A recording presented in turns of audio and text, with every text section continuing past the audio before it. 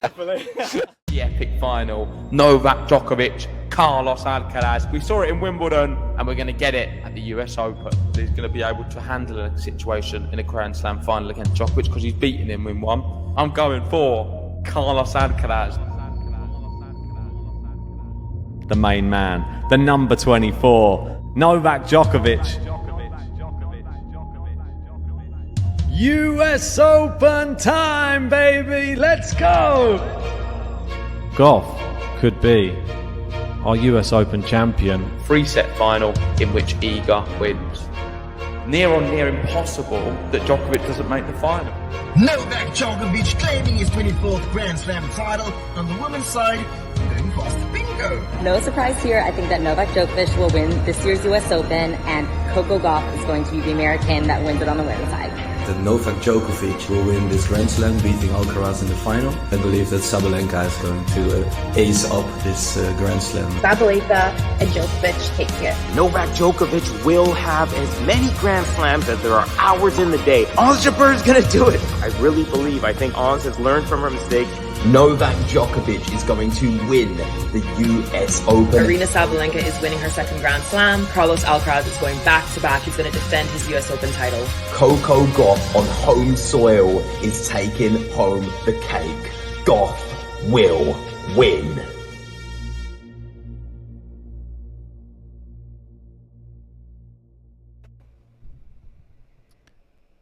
Hey, welcome back, tennis fans. It's the women's quarter-final preview at the US Open. We finally made it through the first 4 rounds, and we have some amazing matchups for the quarterfinals, and I'm not going to waste any time getting stuck into it. This tweet maybe to bring up straight away. Make sure, whack a like. Do it now. Don't have to do it at the end. Subscribe if you're new. And it says, wow, within 18 hours, we've lost Swiatek, Pegula, Jabeur from the women's draw. But at the same time, it doesn't feel like it's blown open. Major champs Sabalenka, Vondrousova, and Ostapenko still, plus major finalists Gauff, Muchova, and Keys, they still remain.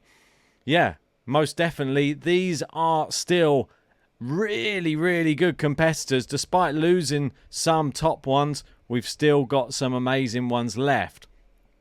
And let's have a look at, obviously, the first matchup. That's going to be the first quarterfinal to be played. It will be Coco Gauff. She is coming into her own in this tournament, and it doesn't get much tougher than Jelena Ostapenko. And she is playing out of her skin at the moment. She's got her furthest in her US Open career. This is the best she's ever done. I think before this it was a 3rd round. So quarterfinal for Ostapenko, a career best. And Coco Gauff, well, she's been looking fantastic. 3rd sets have sort of been the running theme for both of these ladies, and both of them finishing off the 3rd set in style. I mean, Iga was battered by Ostapenko 6-1 in the final set, and Coco Gauff has dished out bakery goods in the last 2 3rd sets she's played. It just means that these two were almost destined to go to a 3rd set. But will it be a really one-sided one, or will it be just a real dogfight? I feel that it's going to be the latter, and I feel that we're not going to be seeing those breadsticks or bagels in this matchup. I'm hoping both ladies bring it, because I want to see a fiery performance from both, and I want the crowd on their feet.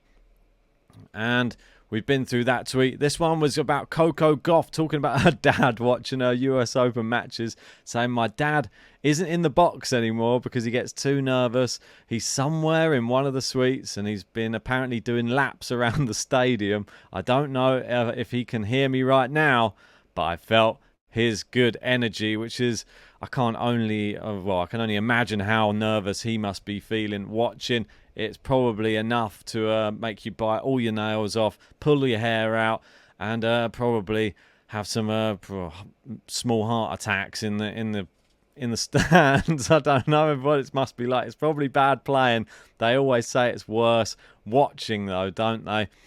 Coco Gauff, I feel that it's got to be exhilarating watching her in this tournament, though, because what she's been doing, the way she put out Wozniacki, I thought that was impressive. The way that she put out Mertens, impressive. Mila Andreeva, that was somebody who anybody could have come unstuck to. She seems to handle her with ease and just shows her experience.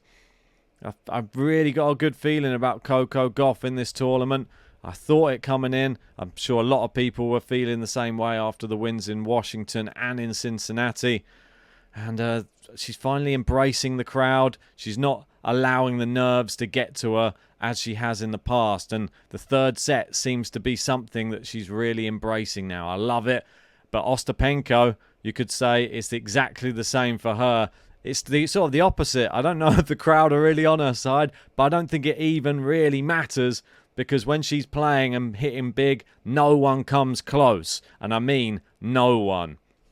And she said after her match against Iga, I think the main thing is she doesn't really like to play big hitters. She likes to have some time. When I play fast, aggressive and powerful, she's in a little bit of trouble. Yeah, I totally agree. Iga, it's been sort of her Achilles heel, playing people who keep her deep on the court and make her run around. Anybody who gets the ball mid-court on the return, not good enough. And Iga will wipe you off the court if you can't get it near the baseline. And Ostapenko definitely gets it near the baseline. She gets it past the baseline sometimes, wide of the baseline. But a lot of the times in this tournament, she's been hitting the baseline with super powerful shots. She's been impressive. And I've really liked what I've seen from her. The Pera match, that wasn't an easy one. Every match she's been to 3 sets, but every match she has prevailed. The Paolini one, that wasn't an easy matchup the first round. She lost the second set, but came back and won. Breadstick in the third. Avanesian, she lost the second set, came back and won in the third. Bernarda Pera, she actually lost the first set, so she's changed it up for the last 2 rounds. She's actually lost the first set and come back to win. And she has a 4-0 head-to-head record against Iga, which very impressive. We'll get to the predictions at the end, but this is going to be an exciting one. I'm sure you all agree. So let's just have a look at the next one, which is going to be, I believe, are we going to look at Muchova versus Cirstea? And this one, I feel that we have to speak about Muchova. And that they were asking her on court after her last match, saying, would she easily be able to make a Grand Slam final again? She said, I wouldn't say easily do it again. It was pretty tough. And it is tough. I'll try and fight for every match. You never know. It can happen again for sure. So she still believes, which is the main thing in this. That last match, we got to see her come through some adversity against Wang. Wang took the second set, and I didn't expect that from her. But Muchova showed she's made of some stern stuff, and that was the first set she'd dropped the entire tournament and made it through with a nice, comfortable third set, though. It's always nice to see when that's what Coco Gauff and Ostapenko have been doing as well.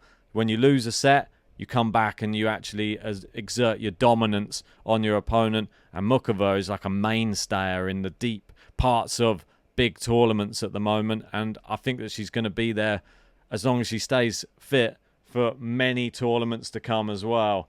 So, right, let's have a look at her opponent, though. We know that she's going to be playing Sorana Cirstea. And Cirstea making it into the quarterfinals for the first time. That's right, since 2009. And you can see both the pictures if you are watching. If you're listening, go check it out. You can see the difference. And I think she actually looks better now than she did then. Whatever she's doing, it's working wonders. She's definitely using the right exercise and face creams and whatever body workouts, because she looks like $1 million. And look at this. I mean, fantastic. She destroyed Belinda Bencic in her 4th round matchup. It was an epic one, and she made it look easy. I feel that she's beaten so many high caliber players now that you can't rule her out of any match. And surely Muchova, you have to look at that match and think, well, this is a winnable one as well, because she, coming into this match, has beaten Rybakina, she's beaten Bencic. Kalinskaya, not that easy. It may seem easy on paper. I don't think it is. And Day as well, an American in the first round. They've played each other, obviously, 4 times before, and Cirstea only winning one of them. That was earlier this year. That was in Miami. But they have played 3 times this year, and Muchova has won the latest of them. And that was at Montreal, and that was in the round of 32. It was a straight sets win for Muchova. I feel that this one could be a lot closer, though. Muchova and Cirstea both playing exceptionally well. Let's move on to the next one. And the next one is... It is Keys versus Vondrousova. I mean, this one, Vondrousova seems to be going deep as well. She's now a Slam champ. Keys, a Slam finalist, as we remember, up against Sloane Stephens at the US Open. And Keys peaking is like a solar eclipse. I like this tweet. It occurs 2 to 5 times a year, and it's over for the opponent in what feels like 7.5 minutes. And just ask Jess Pegula, because the 4th round matchup, it just wasn't even competitive. She absolutely blitzed her in the first set, 6-1. The second set, it was nearly as comfortable. It was 6-3. Pegula showed a little bit, but she just didn't have any answers for the power. Keys, too much power, too much precision. Pegula didn't get her tactics right, and unfortunately, still yet to get past the quarterfinal at a Slam. Is that going to start becoming a thing? I know that everybody talks about Maria Sakkari not getting past the semi-final, but, well, she can't even get to a semi-final, Pegula. I mean, surely she has to at some point in her career. She's got the qualities, just falls down at the big moments, and this is another case of it. Somebody who's not falling down at the big moments is Marketa Vondrousova, but she has had to pull out of the doubles, unfortunately. I'm surprised she's even playing doubles as well. Obviously, she knocked out Krejcikova-Siniakova earlier rounds, which that's a massive thing in itself to be able to knock them out. 2 Czechs knocking out 2 other Czechs, but she had to pull out, and she's blamed the heavier extra duty balls for the elbow injury. I don't like the fact it's the elbow injury again, because she's had many parts of her career where she's had this elbow injury, and I don't want to see this ruin her US Open. She's a Slam champion now. We know she's been to a Slam final before that as well. I mean, she's going to have her work cut out for her against Madison Keys if she's not fully fit. I'll let you know my prediction when we get to it at the end. But let me know your thoughts. Do you think this is going to affect this semi-final, or do you think she can dig in deep, use some of that Grand Slam champion mentality? Right, and down to the final one. It is Qinwen Zheng versus Aryna Sabalenka. And we were talking about Cirstea getting into her first quarterfinal since 2009. Well, Qinwen Zheng into her first ever quarterfinal, defeated Ons Jabeur very convincingly. I think Jabeur wasn't really at the races, still suffering after the Wimbledon hangover, I think I'll call it. Maybe she needs this long break before another Slam, and then she can actually come back and compete properly again. I feel that she was still there in spits and bursts, but it just wasn't quite the Jabeur we know. But not to take anything away from Zheng, her backhand was fantastic. She was serving well. I think that she could be putting it all together. She's got her work cut out for her in this quarterfinal, though, because she is up against, well, the reigning Australian Open champion and somebody super consistent, the best female player on tour this year, and it is Aryna Sabalenka. Hasn't missed a quarterfinal in the last 5 Grand Slams. US Open 22, Australian Open 23, and obviously, and so on and so on. Yeah, all the way up to the current one. She's definitely putting it all together on the court these days. The mental side of her game has improved tenfold, and she looks scary, I have to say, against Kasatkina. I said it was either going to be a complete one-sided matchup, or Kasatkina might be able to push her to 3. It was the first. She absolutely destroyed her 6-1, 6-3. And has she even really been tested yet in this tournament? It's been pretty plain sailing. Zanevska, I'd say that's probably her toughest match. Maybe Burridge for first set a little bit, but it's just been so easy, these matchups. Been 6-1, 6-1 in the third and 6-1, 6-3. She's sort of doing what Iga normally was doing, but Iga, unfortunately, came up against Ostapenko. And now we have, Qinwen Zheng versus Qinwen Zheng, sorry. I'm going to have to correct my pronunciation of that. Old habits die hard. But have they played each other before? No, they have not. So this is going to be new territory for both of these players. Does worry me a little bit for Zheng being her first quarterfinal, but Sabalenka in scintillating form. But let's get to the predictions, and we will start back at the top again. The first one is Coco Gauff versus Ostapenko. So, how am I going to go on this one? I think that Ostapenko going to take the first set, if I'm perfectly honest. I feel there's going to be some nerves there. The bigger these occasions get, I feel that Coco will still show nerves, but I don't think she lets it command her in the same way that she used to anymore. And I'm going to have Coco Gauff winning this match in 3 sets. I think she comes back. I think the second set is close. I think it's maybe a 7-5, and then the final set is also close. But I feel that one break will decide it. I don't think that we're going to get a tie break in any of the sets. And I think Coco Gauff in 3. Let me know if you agree with me, or if you think Ostapenko, this is just her tournament and she's going to be steamrolling Coco. Let's move down to the next one, and it is Muchova versus Cirstea. I mean, this one's possibly the toughest one to pick, I think, out of all of them. Muchova beating her recently. Cirstea, she's looking really good. There's just something about Muchova at the moment, though. In these tournaments, I feel that she is just being more and more consistent. Consistency is key when you get to this sort of level. Saba's showing it.